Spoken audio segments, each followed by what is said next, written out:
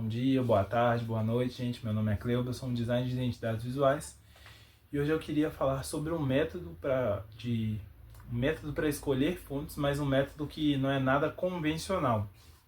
E por que eu estou fazendo isso, né? Se a gente for pegar tradicionalmente, o que a galera recomenda é que você escolha ali fontes que elas criem um certo contraste e tudo, mas isso tem um problema porque quando você tenta entender um pouco mais sobre esse processo de seleção de fontes, você vai perceber que a maneira como elas são categorizadas é relativamente difícil de você entender. Então você pega ali, tem serifas, sem serifas, tem as fontes de display, né, ou fontes decorativas, né, só que dependendo de onde você estiver olhando, esses termos eles vão mudar. E na medida que você tenta entender mais, vai ficando mais complexo, porque você começa a ver que existem as fontes humanistas, existem fontes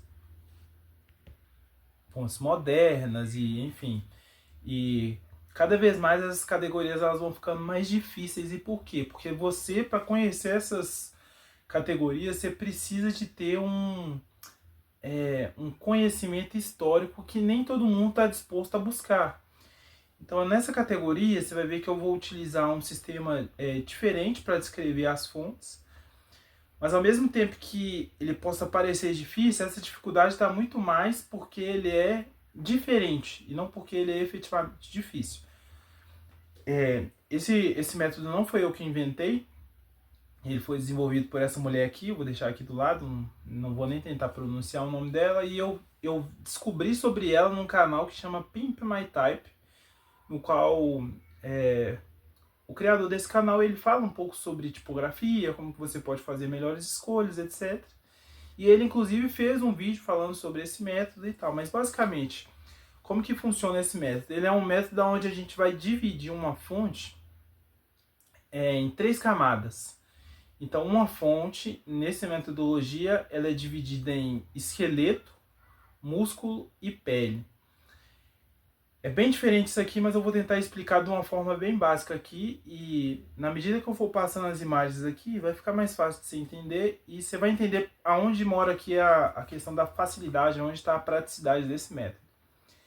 Primeiro, começando do esqueleto, né? O que é o esqueleto? O esqueleto, basicamente, ele é a estrutura, ele é a forma que sustenta a letra. Então, você vai perceber que algumas fontes elas possuem esqueletos diferentes, ainda que seja o mesmo caractere. Então, se a gente pega a letra A, por exemplo, é uma letra muito bom para você avaliar isso, porque a letra A é uma das formas de letras mais complexas e geralmente elas costumam ser muito diferentes de uma fonte para outra. Então, é uma boa letra para você conseguir avaliar essa questão do esqueleto. E aí você vai ver que mesmo que seja a mesma letra, existe uma diferença muito grande de uma fonte para outra. Passando do esqueleto, a gente tem a ideia do músculo. E o que significa o músculo? O músculo, basicamente, ele vai definir se essa fonte vai ter serifa ou não e a largura do traço. E aqui é interessante a gente falar que cada uma dessas divisões, existem subdivisões. Eu vou retornar nisso, mas eu quero primeiro só dar uma passada geral aqui e depois eu vou entrar nesses detalhes. Mas então a gente tem um músculo que ele é definido pela largura do traço, basicamente, se vai ter serifas ou não. E por fim a gente tem a pele. A pele ela não é essencial para a matriz, mas a pele basicamente consiste nos detalhes mais finos de uma fonte. Então como que vai ser a terminação de uma serifa, se ela vai ter ornamento ou não vai ter, se ela tem algum detalhe específico e tal. Isso aqui também é importante, mas para a matriz ela não vai ser tão relevante. Mas aí agora aprofundando um pouco em cada uma dessas. Quando a gente pega o esqueleto, por exemplo, ele é subdividido em mais 3 partes. O esqueleto ele tem o racional, ele tem o dinâmico e ele tem o geométrico. Eu não vou tentar explicar isso com palavras, eu vou só deixar aqui algumas referências aqui do lado que é mais fácil. Quando a gente fala sobre o músculo, ele é dividido basicamente em 4 subdivisões. Quais são essas? A gente tem as fontes com serifa e com contraste, a gente tem as fontes sem serifa e com contraste, e a gente vai ter também as fontes sem serifa e com contraste, e sem serifa e sem contraste. É um bocado de informação, eu sei, mas vai acompanhando pelas imagens aqui que você vai entender. E qual que é a ideia basicamente? A ideia é que você vai usar principalmente essas categorias de esqueleto e músculo para fazer as escolhas tipográficas. E por que esse método funciona e por que ele é mais fácil? Porque basicamente você vai criar uma matriz e você vai fazer essas escolhas baseado nessas matrizes. Um dos objetivos principais quando a gente vai fazer a seleção de uma fonte, quando a gente quer combinar mais de uma fonte, é você conseguir alcançar o contraste. É você conseguir descobrir duas fontes que, mesmo que elas sejam diferentes, elas possam funcionar juntas. E essa matriz ela serve justamente por isso. E como que a gente vai organizar isso aqui? Basicamente, na vertical, a gente vai organizar as categorias de músculo. Então a gente tem as fontes com serifa, sem contraste, com serifa e sem contraste, e sem serifa e com contraste, sem serifa e sem contraste. E na horizontal a gente vai organizar os esqueletos, que são o dinâmico, o racional e o geométrico. E aí qual que é a ideia?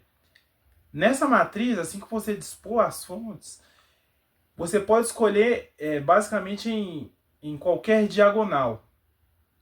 É interessante você notar aqui que quanto mais distante for a diagonal, se você pega, por exemplo, uma fonte que está lá embaixo, no seu canto esquerdo, né? Parte de baixo, canto esquerdo, e parte superior no canto direito, o contraste vai ser muito maior e em muitos casos isso é o mais recomendado, porque esse contraste ele é intencional e esse contraste ele funciona muito bem, porque quando a gente fala sobre essa combinação e sobre o contraste, o que a gente está tentando fazer é gerar interesse visual, e quanto maior for o contraste, mais fácil fica você conseguir gerar esse interesse visual. Não quero entrar muito nesses detalhes aqui para não complicar o vídeo. Mas basicamente o interessante aqui é que você escolha algumas das diagonais. A única recomendação aqui é que você evite em selecionar fontes que estejam na mesma linha. Porque se você selecionar na mesma linha, o contraste aqui ele vai ser bem pequeno e ele praticamente não vai ser notado. E essa combinação ela vai funcionar muito menos.